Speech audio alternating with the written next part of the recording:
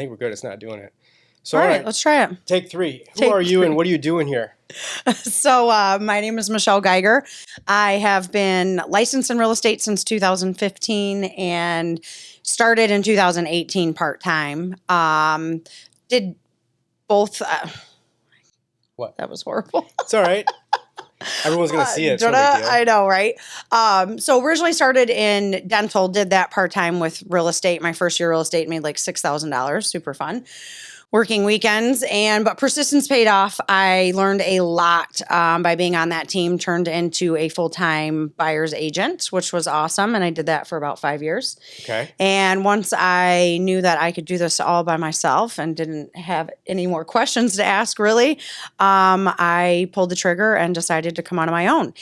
And that was at Remax. And I was on my own probably only for 2 months at Remax. And then I decided that I needed something different and wanted a better atmosphere and all that. So then Century 21 is where I landed. Yeah. So you went from team, then Team. to individual agent, and then here. And then here, which has been a phenomenal experience. We're going to talk about that. Okay. So what kind of caused you to think that you need to be somewhere else when you went from team to individual agent at Remax, and what caught your eye about T21? So going as from a team to an individual agent was a little bit scary because I knew nothing about the listing side, and I knew that's the side I needed to be on if I really wanted longevity in this business and really wanted to make money. So what caught my eye was the coaching program here, to be 100% honest. Didn't care to say that. Super true. He did not pay me to say that. But I really was looking for a good mentor coaching program, not necessarily mentor, more of a coach, somebody who was going to guide me in the right direction. I wanted a good atmosphere, and that's when I came here and met different people, met you. I was like, I think, did a little bit of research on you. I thought this is where I need to be. Was going to wait till January, and they said, don't do that. You should do it. So when did I start here? In May? I think it was May. It was May. Yeah. And best decision I ever made. Absolutely. So I passed the test. You passed the test. Yes, you passed the test. So now being here since May, and you've surpassed $6 million in sales this year already. Yes. What has been the biggest difference and what has been the biggest shock or maybe surprise to you coming over here? Coming over here, I guess the biggest difference is the amount of support that I'm getting behind everything, and everybody really wanting you to do good and helping you if you're, not knowing what to do if you're struggling at any point in the transaction. They're right there to help you and give you ideas on what to do, especially for the listing side. Not that I don't know how to, get through the transaction good, but it's just what do you do? It's a totally different animal especially when the market changed so quickly. I mean, before you could put a house on the market and I could sell it, you didn't really necessarily even need to price it correctly or anything like that, and it's going to sell, right? Yeah. But now the strategy is a lot different when the houses are sitting on the market. So you came over here, already had some experience, joined the coaching program, and so what have you gotten out of that so far? Coaching program has opened my eyes to all the potential inside myself, really, because I learned once you know how to do this, it's just a numbers game. Once you know how to do it, if it's getting harder because you're making your 20 phone calls, now you got to make 45 phone calls to make the numbers. It's just a numbers game. So no matter what the market's like, you just got to make more phone calls, I've learned, and it happens. So persistence and consistency. And part of it too, which we just did, because you all should be doing this, is building your business plan for next year. And part of what our business plan is looking at your annual expenses per year to get an idea of what you'd actually be netting when you sold X amount, so on and so forth. And that was a little bit of an eye-opener for you, wasn't it? It was. My expenses are up there. She's bougie. She likes to spend some money. I do like to spend some money. I do have a son in college, so with both of those, I'm probably going to have to be a little bit less bougie to get to my end goal, because my 5-year goal is big, and it's going to be life-changing, and it's going to be worth toning it down a little bit in the bougie department, but short-term sacrifice for long-term gain. Amen. Right? Yeah, it's so worth it. So the goals that we have now in place, because I know you want to go 5 years, we've talked about it, and those plans that we have, was that even a thought back when you were at the other company? No, it was more of like, hopefully one day, but never like something that I could actually set and be a tangible goal. Like it's doable tangible it's going to happen. There was no goal setting over there. No, there was nobody pushing you to do that. It was nothing like that. It was basically like, if you want an office, you can have one, but everybody locked themselves in it. It was just totally different atmosphere, totally different drive than it is here. So yeah. Not as collaborative? Not as collaborative at all. It's a polite way to say it, right? Yes, it is. So very, yes. Now being in this for a little bit, what do you think the biggest surprise or maybe misunderstanding or people don't understand about real estate that you've experienced so far? The biggest thing that I've experienced that I guess people don't realize is, I guess, how much time and effort you're putting into it. A lot of people think that we just get dressed up nice and we go show houses and collect checks. I wish. Yeah, right. There's a lot of behind the scenes. And if you really want to be good and you care about what you do, it definitely takes a lot of hours. So, and to keep your business without being like this, it's time blocking and staying very consistent to your schedule, and don't let people rob you of that time is, it's amazing how out of control your life can get with your schedule when you let people just run you in different directions. And, you don't tell people this is what time you can work and when you're available. So that's been, I didn't realize how much comes into play with this business, but I like it. I like to be busy. Yeah. So, well, people see it on TV, right? And it's like, oh yeah, I go show a couple houses and then that's it. And then boom, done. And you go to these fancy dinners and lunches with all your realtor friends, and it's just so great. And you drive around in your Bentley. Not quite like that. That's the dream life. That's the dream life. Yeah, that's my 20-year goal. right. Where I'm doing this for fun, driving around in my Bentley. So you, by most people's standards, right, you're a success, right? Like you're going to be close to $8, if not $10 million this year in closed sales. Yes. How do you maintain that level of urgency to continue to push forward, to scale up, to get even more? What keeps me going is seeing that number at the end of the year, and seeing that every month when we go through our monthly goals, and seeing that bottom number go up every month. I'm not about the money. I don't really care how much money is in my bank account, how many, I get excited for closings, but I'm more about my bottom line. And of course we set it for 8 million, but I'm going to be disappointed if I don't go over 8 million. I really want 10. So you're going to go over. But I'm hoping so. Yeah. Time's a ticking. We got a couple more months left. But it's doable. So yeah. So do you think you rely more on, because we've been working on mindset and everything else, but also discipline comes into play. So what is kind of your crutch? What do you lean on to keep you on track? I guess my time blocking schedule, just keep going back to that. And not that I ever don't know what I'm doing in a day, but if I feel like I'm getting off track, I try to get back to my schedule and divert people out of that time and into a block that is going to work for me, because I will lose all my prospecting time in the morning if you have one conversation with this person and then you answer this phone call and let me go just preview that house for you. And next thing you know, it's 1 o'clock in the afternoon and you haven't called one person. So for people who don't know, how many people do you talk to on a daily basis? 20 is my goal. Yeah. And I come very close to that every day. And if I don't hit it the prior day, then it's getting caught up the next day. So yeah, it's very important. So she talks to 20 people a day. Very important to do that, because that's what keeps the business going. That's how you maintain that consistent flow of income, right? Because so many people, and I deal with this with agents all the time too, is they set a couple appointments, they go out there and they fall apart, and then they spend so much time on those appointments that they don't generate any more. Yep. And then they're back to square one because they thought they had something in the bag and it fell apart. It happens all the time. Absolutely. It's easy to just run on the 1 or 2 transactions that you have and put all your eggs in that basket. But when those close and you don't have anything in your pan cooking, then, you're 30 days to get something out from getting something even starting. Yeah. So you got to keep driving. And if you time block all those little issues that come up in transactions, not necessarily issues, but things that need to be addressed, and following up with clients and home inspectors and things like that and agents, you got to just set a time in your, unless there's a moving truck that's being held up, I'm really not concerned about it until later on. So you set it and you stick to it. You have to. Right? You have to. People will rob you of your time, I've learned. Time thieves everywhere. Everywhere. If you allow them to do it once, they'll do it again, they'll do it again, and they'll do it again. So you got to be protective of that, especially that lead generation time. Yes. And you're in here every morning. I can hear you. She's right around the corner from me, and I can hear her on the phone. She talks pretty loud. Very loud. So it's doing it again. Yeah, I know. I just saw it. I think you're just bad luck. Doesn't like me. we're getting this done. I'm committed. We're zoom in blurry or not. We can cut all that. We'll piece it together if I have to. Yeah, it'll be fine. I don't care how many pieces. What were we talking about? We were talking about the camera keeps malfunctioning, so that's why this may look like it's in pieces. Oh, stuff. Current state of the market. Current state of the market, yes, and just trying to be So buyers, just educating them as best as possible, because I think if they don't know what can be offered to them, they think that they just need to sit and wait for these rates to go down, which is the worst thing you can do right now.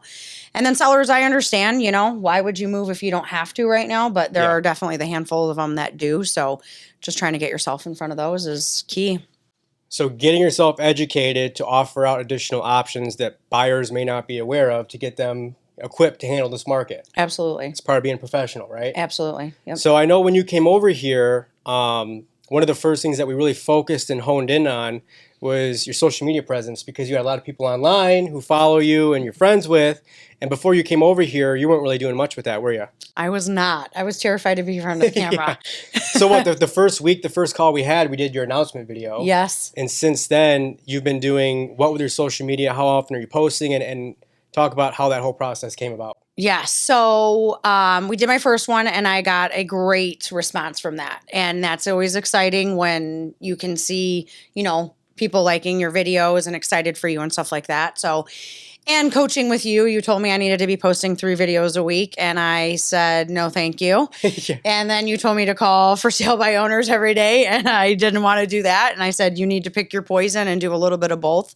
So I grasped more onto videos, doing the for sale by owners a little bit. But I really grasped onto the videos and thought that's something that I can do.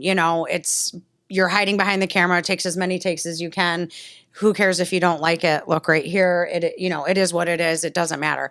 And the response that I'm getting from that, I've been getting leads from that. People that I've worked with years ago didn't realize I was in real estate. And now that they do, because they see my videos, throwing educational pieces out there, throwing myself out there, being funny, things like that. And it's gotten me a couple leads. So just got another buyer lead last week. There you go. So it works. You just got to put your presence out there and just give people don't know these things. They just think that they have to be in their apartment until the rates go back down. But that's the newest one I have right now. I'm going to help her get out of her apartment because she's been renting for 7 years and she doesn't need to do that anymore. There's options and plans for her. So I try to post 2 to 3 times a week. A different variation between I try to not just do my new listings and closings and stuff like that. I try to do fun things like a new construction videos and educational videos for sellers and buyers and things like that. So that's been getting a good response. So 3 times a week, you get great responses. Aren't you worried about what you look like, what you sound like? Aren't you like... It gets easier and easier, believe it or not, because I did not like it. And it would take me a half an hour to do a video. And now I could literally just be driving to an appointment and get there 5 minutes early and, whip out a video really quick. So you just get more comfortable with yourself. And once you know what you're going to say, we know what we're talking about, other people don't. So just throw the camera up and record yourself. It takes a minute. Yep. So you do all your stuff with your phone? I do everything with my phone. Yep. And then I edit it on CapCut. I do a little bit on TikTok, and I've learned I get better results if you edit it on TikTok. So just learning different things with the different platforms, but Facebook doesn't seem to care. So, but I love CapCut. Yeah. CapCut's awesome. CapCut's a great free editor. There's a free version and there's a premium version. It's like $12 a month or something like that. $7.99 actually. I was just crunching my bills out to cut stuff out. $8 a month. So if you want more information on that, message me, because that's what we use in the coaching department too. I use it myself too. It's great. It's learned it from him, and it looks very overwhelming the first time he shows it to you. And I thought, I'm not doing that. And it's so cool. The stuff, it makes you look like a professional. It really does. Yeah. After I showed it to you, I remember you messaged me one night. You were like, it was like 10 o'clock at night. Like, took me effing 3 hours to get this thing together. My first video took me 3 hours to edit. That is no lie. And it was probably a 1.5 minute video, and it took me 3 hours. But now it takes me 20 minutes. I've learned to do it on the app on my phone, which is a lot easier just to get it on Facebook and everything like that. But definitely, if you get over these learning curves, it's worth it. And you'll make money from it and get leads from it. Free leads. Investing the time, though. Yes. Right? You got to invest the time. That's part of growing your skill set and your skill source. Because social media itself, it's a touch point to your sphere. It is. It's a reminder that you're out there. Everyone's on Facebook, people on Instagram, so they see you. And every time they see your stuff, even if it's not real estate related, they're like, oh yeah, Michelle, she's in real estate. Oh, I got so-and-so is thinking about buying or selling. And then boom, then you get a lead. 100%. All the time. Staying top of mind. Staying top of mind is huge. And it's just another way to do it without having to call people, and it's free. You either have to go directly to them and pick up the phone and call them, or you have to have them come to you. And that's part of having them come to you, but you got to do it consistently. 3 days a week. 3 days a week. Not once a month, not once every 2 weeks, not once every 6 months, 3 days a week. Yep. 3 days a week. Consistency breeds that efficiency that we're talking about. Absolutely. It's key. So what about your personal life? Tell me all your secrets. Tell me all your secrets. Woo! This is only supposed to be a half-hour video, Alex. We got about 10 more minutes. I got a long time, yeah. What do you like to do? What are your hobbies? So hobbies, I mean, what do I like to do? I like to go out to eat. That's really, I enjoy going to restaurants. That's, I mean, really the only time that I have besides hanging out with my kids. I love hanging out with my kids. I have a 19-year-old that goes to MSU, who is the reason why my budget's so high. Love you, Trenton. And then I have, my daughter keeps me super busy. Callie, she's 12 years old and in 6th grade, almost 12 actually. And she's in 6th grade and a cheerleader. So my hobby is taking her to practice after work and doing that, mega cheer, things like that. But yeah, I don't, I pretty much am just work a lot and mom. That's my life right now. How do you fit it all in? How do you balance the two?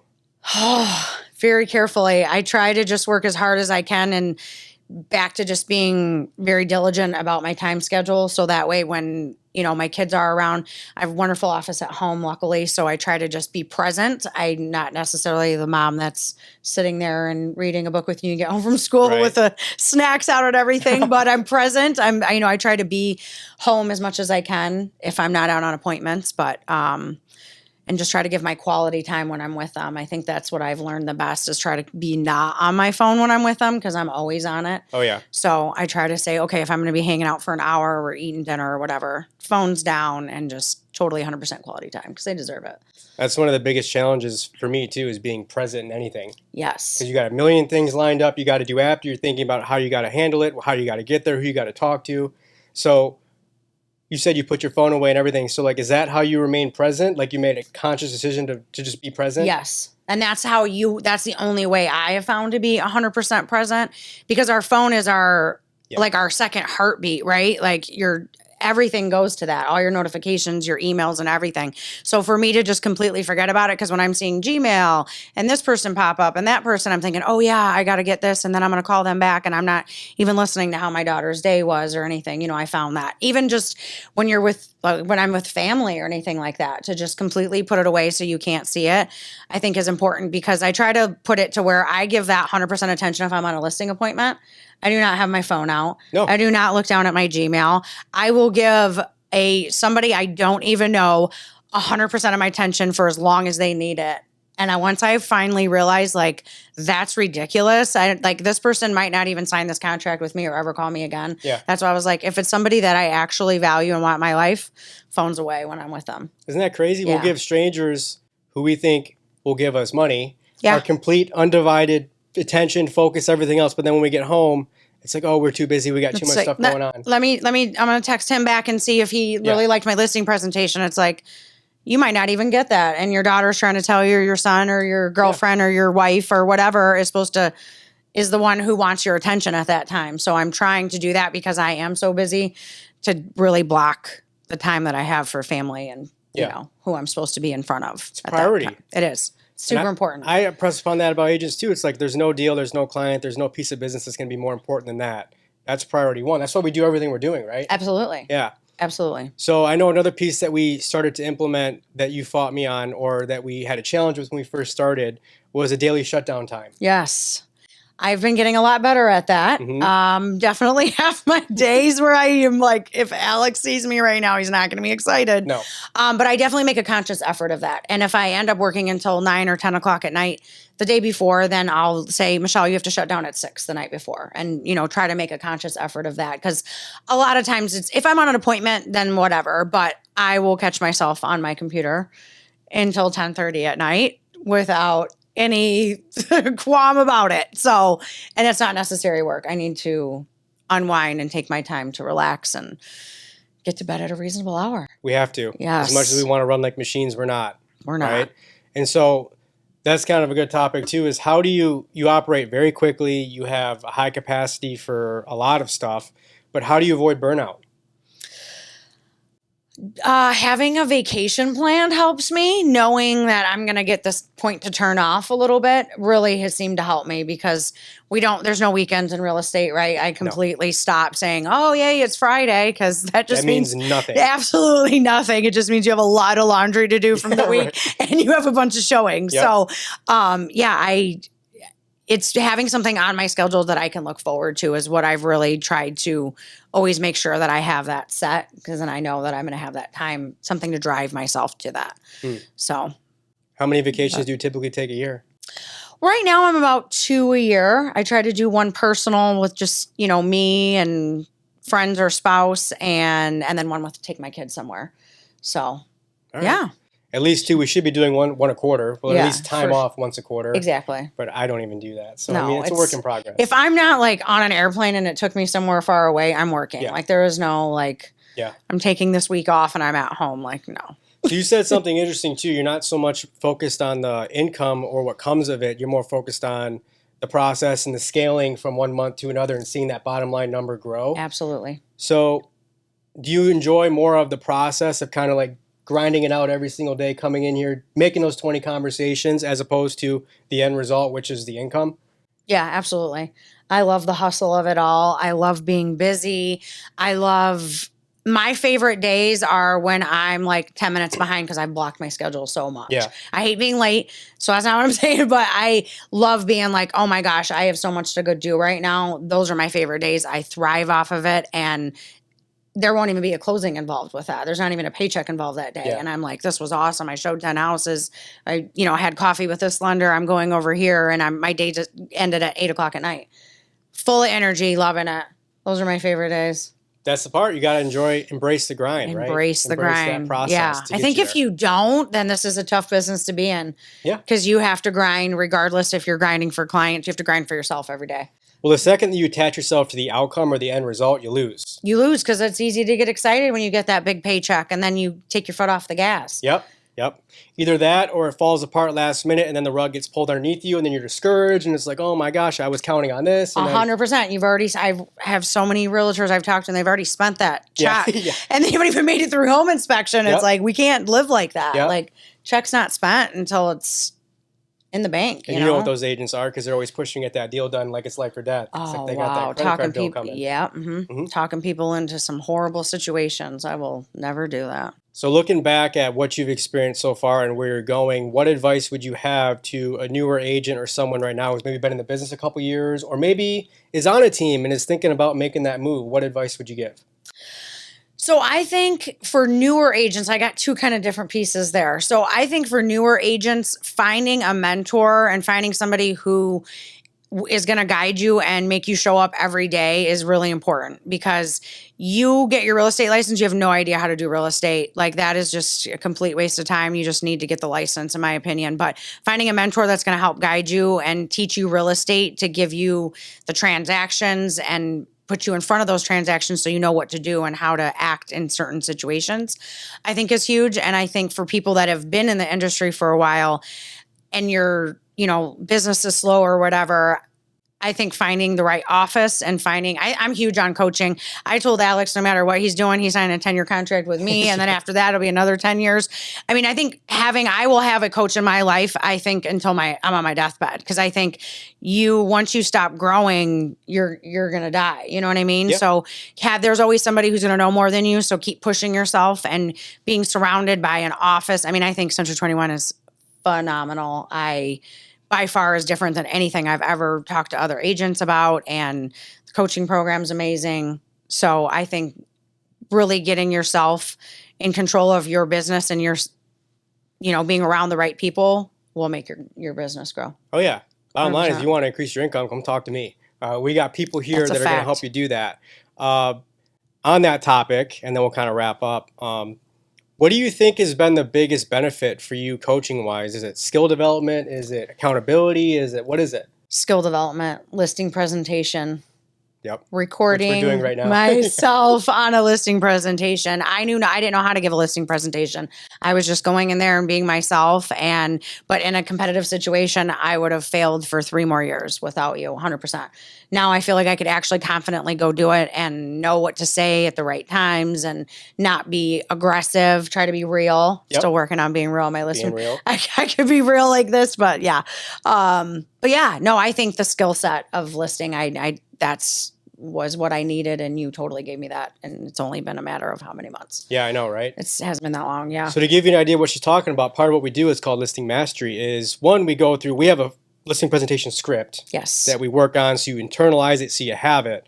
And then we actually go through the objection handling process techniques, and then we do the dry runs of listing presentation, then we record it. So we just recorded hers a couple weeks ago, and we found a lot of things that she was doing that she wasn't aware of. A lot of nonverbal cues, a lot of body language, a lot of presentations, a lot of closings that we can clean up a little bit. Yes. So that's one of the biggest benefits that we have, but that's just one part of what we're talking about. And that was like the only thing I wanted when I sat down with you. I'm like, can we just do listing presentation? You're like, no, we're going to talk about this, this, and this. I'm like, I just want to sit and do the listing presentation. But you molded me to where I needed to be to get to the listing presentation script. And, it's only getting better and better from there for sure. Yes. Again, I didn't pay her to say any of that. He didn't. It's true testimony. He literally is phenomenal and has taught me so much about, if you're struggling at all with how to convert anything, you need to call him, because it's without a doubt life-changing. Awesome. For sure. So closing thoughts. I appreciate you for coaching me. I appreciate you for letting me do this. Yes, absolutely. I think there's just so much more that's going to be great coming, years to come, that are going to be phenomenal. And I don't know. This has got to be one of the best decisions you've ever made coming over here, right? Oh, best decision by far, 100%. Besides jumping into real estate, leaving dental. Yeah, right. Yeah, for sure.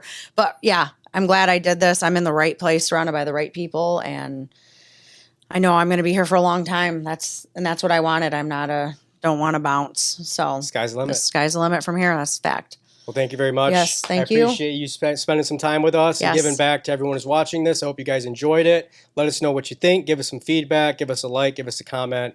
We'd love to hear from you guys. So thank you so much. Thank you. Thank you for being here. Yeah, thank you.